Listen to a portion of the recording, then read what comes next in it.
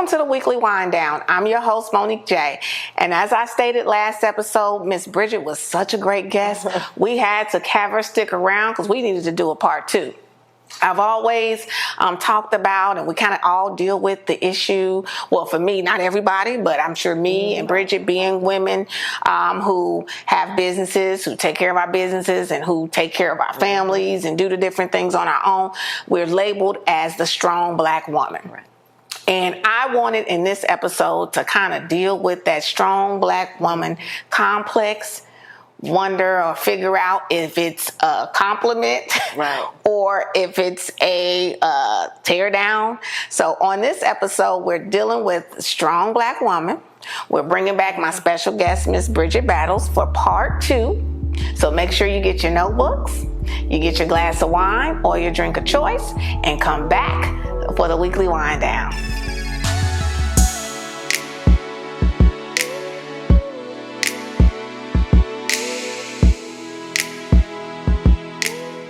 Welcome back to the Weekly Wind Down, our Strong Black Woman episode.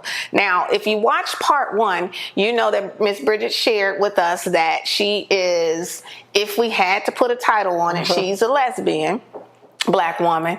I'm a heterosexual Black woman, but we both are strong Black women. Yes. So I kind of wanted us to have discussion on what that looks like from your side, what it looks like from my side. Do you have the same kind of issues that I would say I know I have? Because when you walk in the door, if you look like you know who you are, you know what you want, people automatically get intimidated by you. Yes. If you don't let people walk over you and you speak up for yourself, then you got an attitude. You all are too strong. And then a lot of times, I know for me, the type of men that I would probably want, because I'm not going to let them pull the wool over my eyes, play games, or treat me anything less than what I am, I don't generally get because they're saying I'm too strong for my own good. So what is your experience in that area? Very similar. Okay. Professionally, same thing. Whenever you walk into a room and you're confident, secure, knowledgeable, educated, you don't walk in with your shoulders bent down and your head down, and you make sure you sit at the table with everyone else, not outside the outer circle of the table. When you position yourself, it's, oh, who is she? She thinks she's all of that. Yep. Who are you? And the sad reality is we have to prove ourselves every time we step out of our front doors. So we have to be on stage. We have to walk in with this air of confidence. Otherwise, we won't be invited to sit at the table. Exactly. So it's a good and a bad. I find that Caucasian men seem to accept me more than African American men. My power, my strength. They compliment me more. Well, I'm gonna say my theory behind that, because you're right. Okay. They generally champion us more in our natural state, with our natural hair, with our, us looking more like sisters for real than Black men do. But my logic behind that is because they always have. 400 years ago, why did they sneak down into the slave quarters? Because they wanted that, and it was that, as well as they watched her feed her family, pick that cotton, come in that house, cook and clean for their family, as well as feed their children. Have babies. Exactly. Yeah, and then raise babies. Exactly. And so that's what they wanted. At that time, they had to get it in a different way, but now they can freely champion and cheer for that. But the difference in why our men may not look at it in that same way is because for them, in that time, 400 years ago, they couldn't protect their woman. They couldn't protect her for her strength. They couldn't do what a man would generally do because they didn't have any power. So they had to look at that in a negative light, I think, and then aspire to the woman who didn't have to do nothing. They wanted Massa's wife, just like Massa wanted theirs. And so looking at what you have, you can't look at it as something of value if somebody's taking it from you. And I think that even though it's 400 years later, it's still affecting their thought process of how they view black women. Wow. As well as it affects the white man's, because thought process. I've had African American males tell me, you just too strong. You won't let a man do anything for you. And that's not the case at all. It's that I want someone to do for me without me having to ask. And quite often I deal with men who want you to ask. So is this in relationship wise, or is this in Just work, or in? Because work. we know we started out the top of the show work. saying lesbian, but if they missed part one, they need to go back and watch it, because you said so work. Professionally, but even men who I enjoy the company of. Yeah, because you said you're attracted to them. Before it can even get to another level, it's about picking me apart for what I'm either not doing or doing too much of. And I'm thinking, the one thing I hear all the time is, you won't allow a man to be a man. But what does that mean? But you shouldn't. What does that mean? I never understood what that meant. To allow someone to be who they are, or a man to be a man. If you're going to be who you are, be who you are. Yeah. Let me be who I am. Let's compliment each other. Yeah. So I never understood what that meant.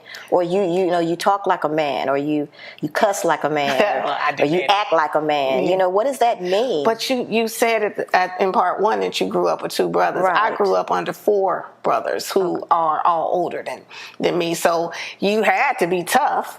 Because they wanted you to be tough. They taught you to be tough so that you could be able to stick up and stand up for yourself. I think that they want to do the things that they're saying they want to do, but they want the person to need it. Okay. And I think that when they know mentally that you don't need it, it's telling them that you don't want it, and that you're trying to be too strong, as opposed to just like a woman who couldn't do it for herself. They would come in the door giving her or doing whatever that is. They need to try to do the exact same thing for the woman that they can figure it out for themselves, but they don't do that. They're, a lot of them aren't willing to do that or see that. Or I also believe that a lot of times it's just that they need their ego stroked. Yeah. Wow. And they know that a woman who can figure it out and do it for herself, or has been. I'm not saying she won't stroke her ego, because I'm all for, I love a strong, and I'm just going to say black man. I love it. But he has to be strong enough that he's not intimidated by my strength. Exactly. And that's the difference. Now, in dating women, and of course, if it's okay, I'm speaking candidly. Yeah. I know we talked about in one of my episodes where I had one of my Team Weekly Wine Down members on the show, actually my cinematographer. We were talking about roles. Okay. And so, people always have that question when it's in their mind, if it's a heterosexual relationship, it's you got what the woman is, yeah. and the man. And so the woman plays this role. So generally in a relationship, when you're in one with a woman, what role, or do you take on a role, or do you go back and forth, or how does that go? Well, every relationship has its own, I guess, rules that they play by. Okay. Again, that's why I'm single, because my rules are different. Okay. I don't believe in roles. I just believe in just doing you. So, one day I could be Tarzan, king of the jungle. All right, then. And the next day I might want to be Jane. Okay. It's about being confident in who you are. Because to me, you don't have to play a role. Like, if the trash needs to be taken out and you're available, take out the trash. Okay. It's not a man's job or a woman's job. It just needs to be done. Yeah. Grocery shopping? In that episode, I said it's the man's job. Now, will I do it? Yes, but if I got a man, I ain't gonna lie. I ain't taking. Look, if I had a mate that wanted to cook dinner and do laundry, I would have no problem cutting the grass, changing the oil. It's just, for me, it's just about when you see a thing that needs to be done, you just do it. It shouldn't matter who. Ooh, okay. So do you now in the bedroom? We do have roles. You do. So it's okay. It's place. So we got role rules, y'all. You understand that? Ain't no rules in the kitchen. Ain't no rules in the kitchen or the living room, but it's rules in the bedroom. Okay. Yes. So that being said, do you choose more feminine women who are lesbian, or are you? Because I love women. Woman. Okay, not a woman that looks like a man, or a woman that acts like a man. I love a woman. Okay, and do you? Because I've had, me being the tomboy, pretty tomboy that I am, I've had lesbian women come after me, even though they know, and I've said clear as day, I'm heterosexual. I ain't confused, curious, or none of that. So I'm going to ask you that. Do you, but they said they've turned women before. Do you try to turn women? Or do you, if they say they're heterosexual, will you just still try? Or do you say, oh, okay, and respect that, and then look for somebody who, what is your... Since we're being honest, I'm 45 now. Okay. Between the ages Girl, you don't of... look no 45. Yes, Lord. Okay, black don't crack, y'all. Okay, we go. Between the ages of 27 and 33-ish, 34, yeah, I would go after a heterosexual woman to try to flip her. Look at you. Because I was young and dumb. It wasn't until I went through life and what was honey, you can't flip something that don't want to be flipped now. But was that like a challenge kind of thing? Because you're just a competitive person? No, I was just attracted to her. Because you like really feminine. Oh, yeah. And most femmes are heterosexual, or they're married, or they have boyfriends. So I was attracted to her. Okay. And I was disrespectful. Didn't care if she had a boyfriend or a husband. Didn't care. Karma's life comes back on you. Be careful with karma now. Oh my goodness. But for me, it wasn't a challenge or anything. I just wanted it, and I always got what I wanted. Okay. But as I grew through life and went through things, so for me, I don't date heterosexual women. I don't date married women anymore. Okay. Right. I don't, because for one thing, I don't believe in flipping. Okay. No more. I believe that people will try things, but you can try it. Especially in 2018. Yes, you can try it, but it doesn't mean that you want to stick with it. Okay. So to me, flipping is, okay, I turned you out. You no more Peter Popper, no more. Okay. But if you're curious, that's, comes and goes, or you want to try something different. Different doesn't always mean better. Right. Just different. Okay. And I've learned that there's heartache when it comes to that. Because, see, you're approaching me as I'm curious. I'm approaching you as I want a relationship. Right. So somebody's going to get hurt. So I'm being fair when I clearly say to because I have friends, that are heterosexual, homosexual, bi. But when I say, look, I love you. I ain't trying to, change you into being, but understand, I know exactly what I like. I know exactly what I want, and I'm not curious at all. Then if they still try, then they being disrespectful to me, right? Okay. And I've learned that's not being a friend. Okay. That's not being a friend at all. Because I want you to respect my life and my life choices. I have to do the same for you. Yeah, I agree. So in that. So then I guess if you like films, get me in trouble. If you like, no, you ain't. Okay.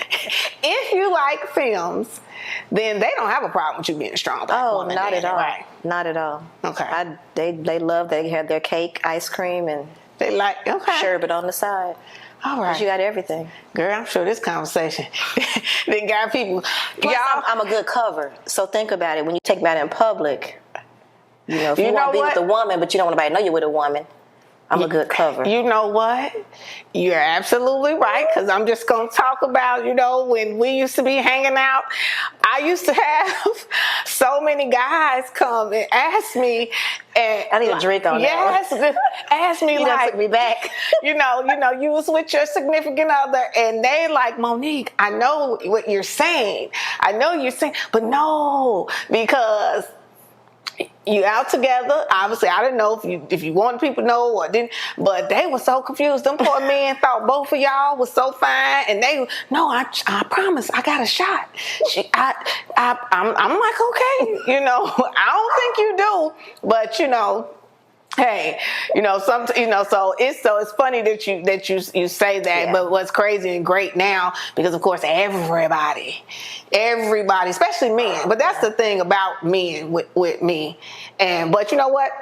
We're going to take a break. Okay. I'm going to come back to that. I got to remember what I was going to say about the men turning out goes the other way too. Yeah, and them being okay with one thing, but they ain't okay. So I'm gonna tell you about something that I brought up with one of my exes before. But we're gonna come back. Y'all see this conversation getting heated. I always say she in the hot seat. This hot. Both seats hot today. So y'all make sure that you go ahead, flip to the next page, fill up your drink, come back for the weekly wind down.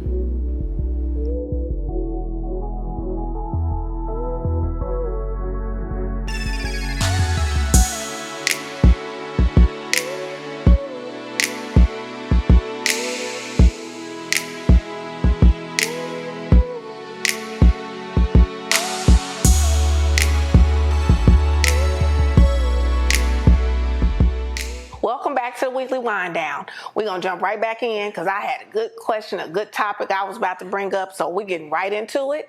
I hope y'all ready.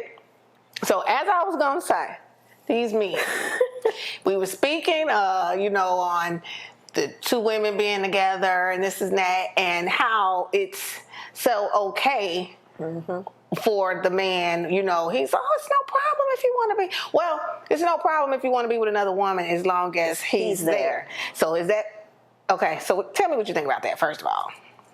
Wow. Why is it okay then? I don't think it's okay. I mean, well, actually, I should say this.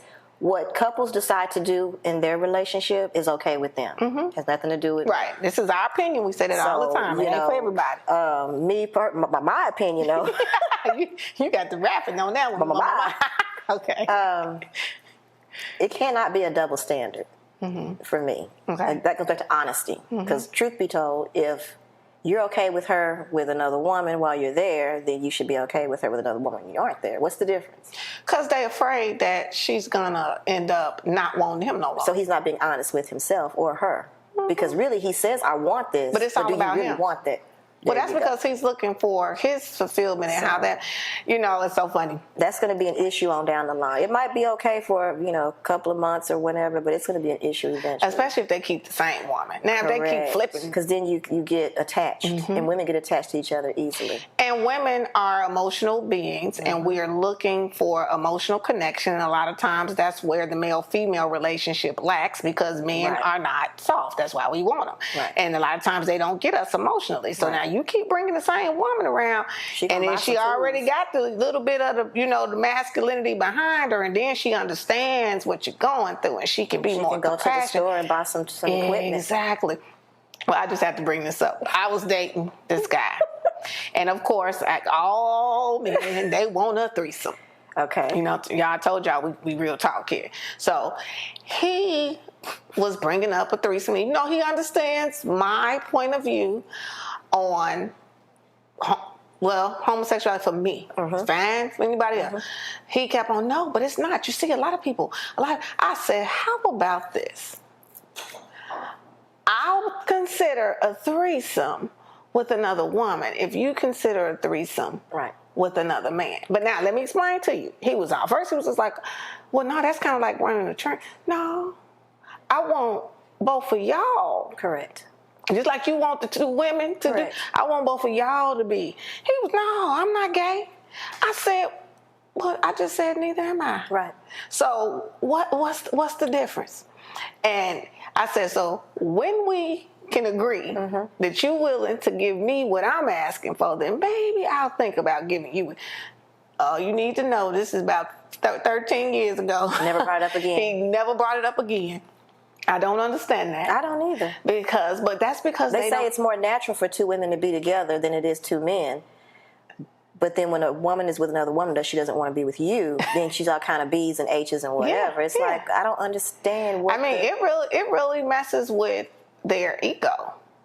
Interesting. It's weird. Of course, I'm gonna, maybe because we have a little bit before the season of the show is out, so maybe I'll get me another male guest on, and we can kind of bring those because we didn't talk on those topics then. I guess it's maybe nothing's no different than if a man has a mistress, he cheats. His ego is crushed more when his woman cheats with a man because it's like you giving somebody else my. Yeah, and he won't give her a second chance because he's always going to be picturing her with this other person. But he can come and beg and say, I'm not going to do it no more. It was just I was mad, or it wasn't nothing. It was just sex. And then the women, how many times do we take them back, believing it, but they ain't going to take us back. But so that's my question: are we strong black women because we can? Not forget, but we can forgive and move forward, as opposed to men who tend to hang on, whether you are infidelity with another woman or a man, they cannot let that go. But we tend to forgive and move forward. We never forget. Oh, no. Like Mama name said, don't ever forget. No. But we know how to move forward. So we are really strong women for being able to love like that because that's not easy to do. Yeah, and I think that unfortunately being strong. Or are we weak? Well, when I forgive and keep going. Like, I'll be honest, I haven't totally caught anybody cheating. I have caught, but I know I wouldn't. Okay. When I go, I always say I got the gift of goodbye. Mm-hmm. When I walk out the door, it's over. We still friends. We're friends to this day, and I think that bothers them as well, because when we see each other, I'm not at all desiring them like they think. Because, men, they believe they the greatest of all times. They the best, Speaking of that, do you have, dealing with women, do they act like that too? Yes. Like, they just know when you see them, you're going to be like, want them again. Especially straight women. Oh, okay. That's what And the crazy thing is, heterosexual women, they play really crazy games with men.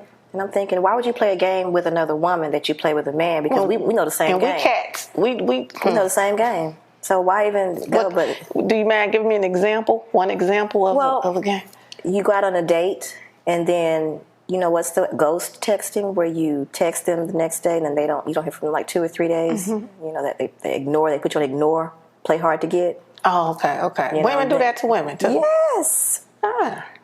And then when you play the game back, because of course you're a woman, you know what game they're playing, you play it back, then they'll call and text. It's like, why are we playing games? Because actually me and a friend of mine had that discussion that unfortunately in relationships, you cannot just be honest and do what you want to do. You gotta, if I meet somebody and I like him and I feel like I want to, go on date 2, date 3 or whatever with him, if I act like that, if I'm too easy when he called next time, then he ain't gonna look at it as a challenge, which means he may not call back again after that. So I have to act like I'm too busy. And it's all in relationships, period, because most people like the thrill of the chase.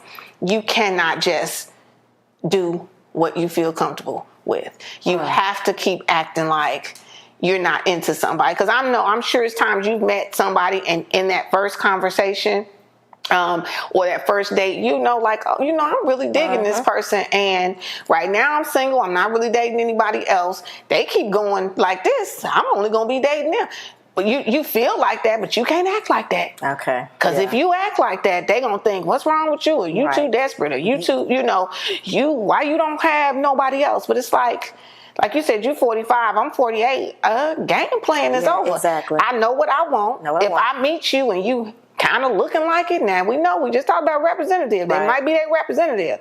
But if your representative is somebody that I want to represent you again later, then I feel that I should be able to let you know that, just, hey, I'm feeling you. If I want to talk to you and I ain't doing nothing, why I got to play and not answer the phone? Because then I don't want you to think that I'm really right here. Wait, it's just like too much. It is too much. And women do that same. I think it's probably worse because you're alike in a sense. Yes. Okay. Yeah. That makes sense. And it's worse because I'm trying to figure out which game it is you're playing, but I know you're playing a game. Okay. I just don't know which one it is. And that's exhausting. When all you want to do is just be happy. Yeah. But I guess it's a time frame that you got to invest. And then the thing, let's go back to the strong black woman side of thing. When you're a strong black, and you know what you just ain't got time. That's what I'm saying. I'm like this. Yeah. I don't have time for all of that. Look, so how do you not miss out on a blessing or opportunity? Because as a strong black woman, I'm not going to play games, and I'm not going to continue to just say, okay, well, let's just do the status quo. I got plans that need to keep moving forward. I think that it's an opportunity that you're not supposed to have. Right. Because, and I know people in relationships that I'm sure nothing is perfect, because we're all human beings, especially as women. We have periods of time when we just don't even know who the heck we are each month. Where we are all over the place. So I'm sure nothing is perfect, but I do know people who are in relationships and who feel like that is their soulmate. That is their best friend. That is somebody that they enjoy going places with and going out with. They're looking forward to coming home and all that. So I believe that when it's that person for you, strong or not, for one, they're going to love you because they were made especially for you. I believe that God is shaping and molding the person especially for me, and I'm sure he's doing the same thing for you. So when you know that, you don't feel the need to force something. I think we were talking before. I said that, what's that song? If it don't fit, don't force it. Yep. Just relax and bye. So, but we're going to come back for our final segment of this episode. Again, I want to thank you. This is a good part 2. Yes. I knew it was needed because we kind of jump, and I'm sure people were watching and really wanted me and us to kind of delve more, since we are open, because we're real women having real conversation for hopefully real growth. So grab your glass of wine, or go fill your glass of wine back up, and come back for the next segment and the final segment of the Weekly Wind Down.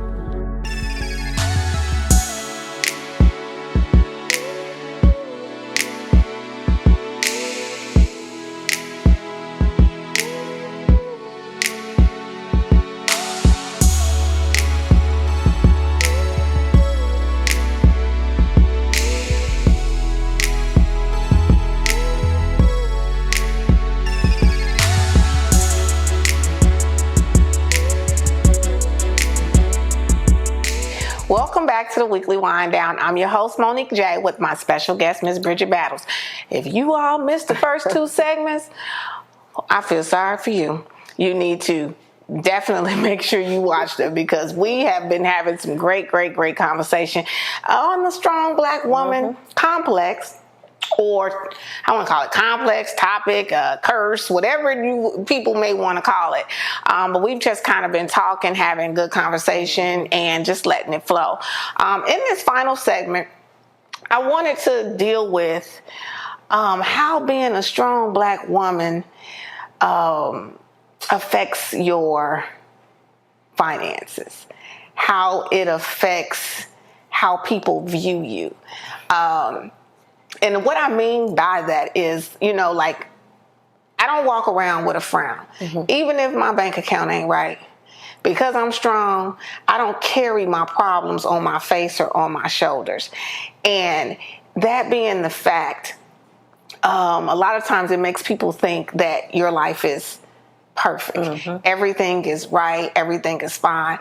But at the same time, I think I call it a curse in a sense, because you do know that you are going through whatever it is you may be going through. You know that you don't have enough money to do this. You know that your credit cards are late. You're walking around making sure that you hold the face of a strong black woman, but you really crushing yourself, or you're really feeling bad or worried on the inside.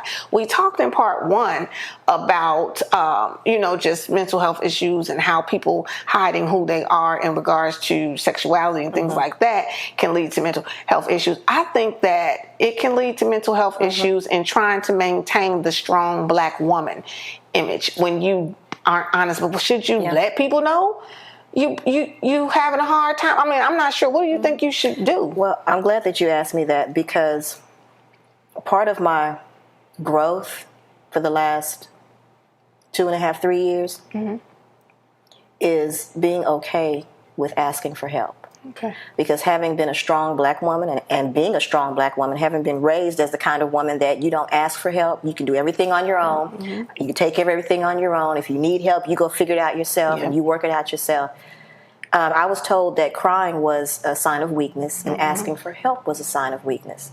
So I'm still learning and growing on how to ask for help, and I'm learning that it's okay. The more I ask for help, the more people see who I really am, and they don't put me on this pedestal and this, well, she's perfect, and so I had to feel like I am perfect because they put me up there. I feel stronger now as a black woman because I can ask for help. Okay. So you find strength in showing your weaknesses. My weaknesses. And that, I'm actually letting my guard down now. And I totally agree. I think that's a good thing as well. I think that we do, a lot of us strong black women have a problem with that, because we're not really sure who's cheering for us to win. Correct. And who's cheering for us to lose. And there's been times or experiences where I know for myself where I have shared with people that right now, girl, I don't really have no money, or right now, I got a cutoff notice for my lights, and then I'll hear down the grapevine that they're somewhere talking, why she this and this and that, but she can't pay this or she can't do that. So it's like you say, okay, well, I shouldn't have shared that, and then now you're being strong by holding in the issues that you're going through and having. And while you're being strong on the outside, you're crushing yourself on the inside, and then that brings on stress. We know stress, high blood pressure, adrenal. I've been looking into that, adrenal fatigue, and how a lot of the things and where our stress goes to that, and then could lead to. We know stress is the key problem or key source of a lot of health issues. So what do you think, or do you agree that that strong Black woman, not just physical health, but mental, mental health as well? I agree. When you mentioned earlier about your circles, choosing your circles and step outside your circle, choosing who you share your weaknesses with, you have to be very strategic. So that's why I've changed my circles as I've grown. The people I used to fool with and share my secrets and share my weaknesses, I learned down the line I can't do that with you, so I had to change my circles. But having to keep all that in did cause me a lot of high blood pressure, anxiety, stomach issues, not eating, losing weight, all because you were trying to be that strong Black woman, believing I had to do everything on my own because that's how I was raised. That's what society says. Our shoulders are strong because we're made to carry everything. Exactly. On top of walking outside and sometimes not sure if you can let it be your complete self and let people know how they may take it if they know I'm lesbian. They know I'm smart. They know I'm strong. But oh my God, if I add this on, none of that matters. All they're going to see is because that happens to me all the time. I keep to myself. And I'm strong for everyone else. But the minute I step out and say, hey, I need a little help. Oh, that's because you're this and that. You're going to hell. You're this and that. Get your life right. Okay, where's my support? Right. So it's hard to be a strong Black woman and let your guard down and seem vulnerable and allow yourself to be vulnerable. It's without being looked at in a negative way. Right. Some type of negativity. I always say on my Facebook page, I always share and I always say, check on your strong friend. Okay. Be sure to always check on your strong friend, because the strongest soldiers need help or break down in war as well. And I have to say that a lot because I found just in my life, and me kind of always being the one that the strong friend and the person that everybody comes to for everything and thinks that they have it all together, that when I had a moment of weakness, like when I was fighting cancer, I had maybe three people who were there offering to help me and offering, because my daughter was only 1 year old at the time. So she needed her hair. I still had to work because I was an entrepreneur, and literally only 3 people out of hundreds, I would even say just 50 people in my immediate who always called me, always needed me for something. If it wasn't for professional advice, to just be an ear, to be supportive. And it was like as if in their mind, I didn't have cancer, or I had it, but she's strong.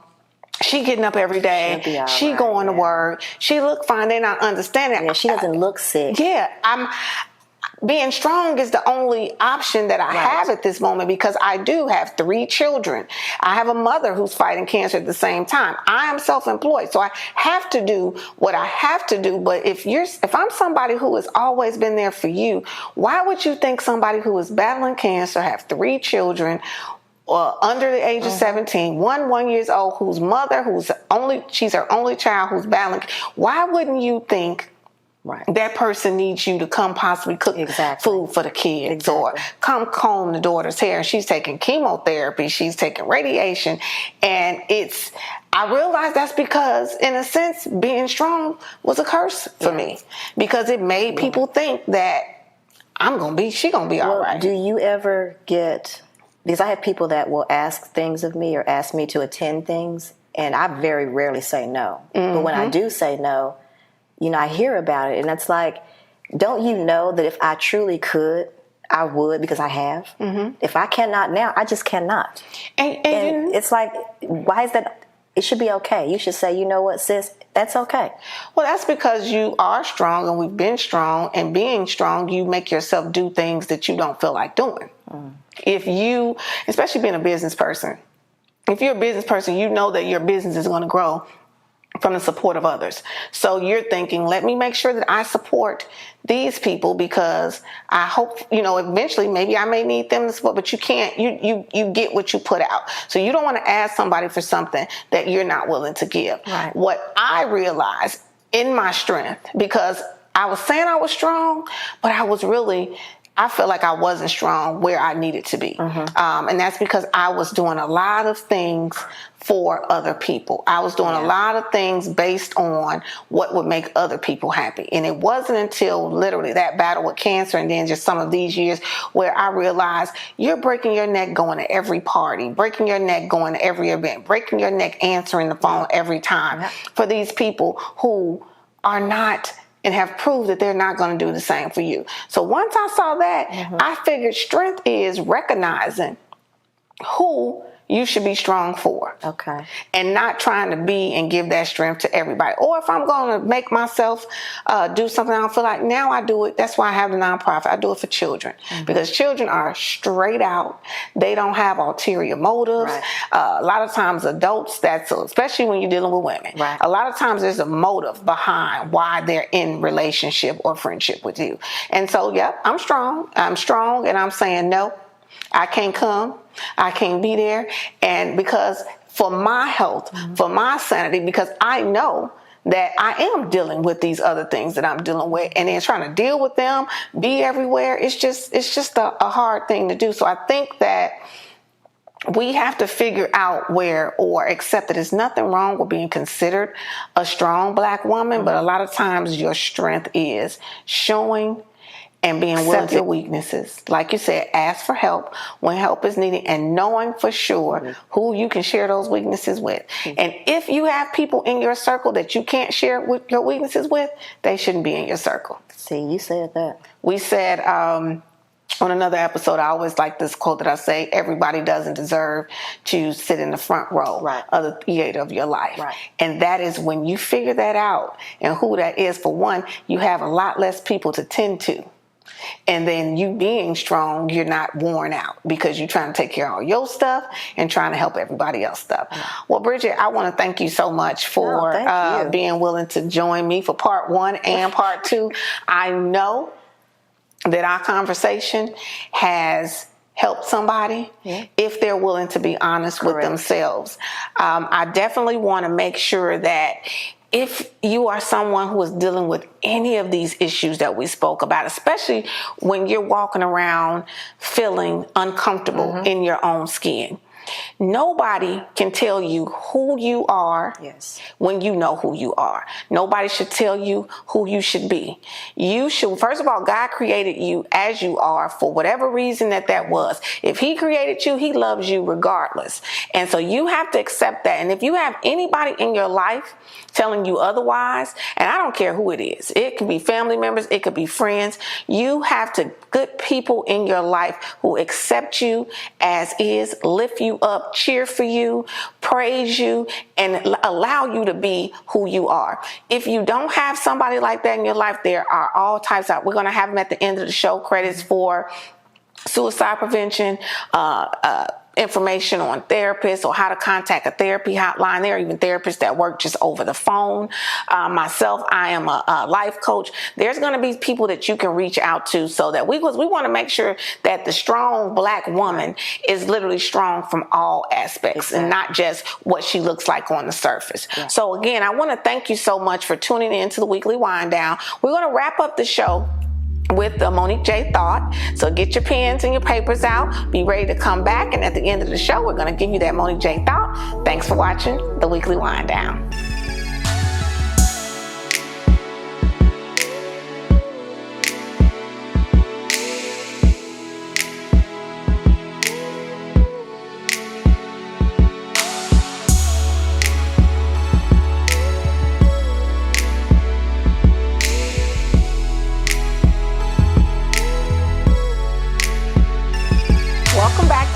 Wind Down. And as promised, here's your Monique J thought for today.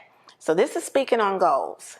There is no such thing as a limited visionary. The only limits that you have are the ones that you place on yourself. Act accordingly. Thanks so much for tuning in to this episode of the Weekly Wind Down, streaming on all Roku devices exclusively on the For All Women of Color Network. I'm your host, Monique J, and we'll see you next time on the Weekly Wind Down.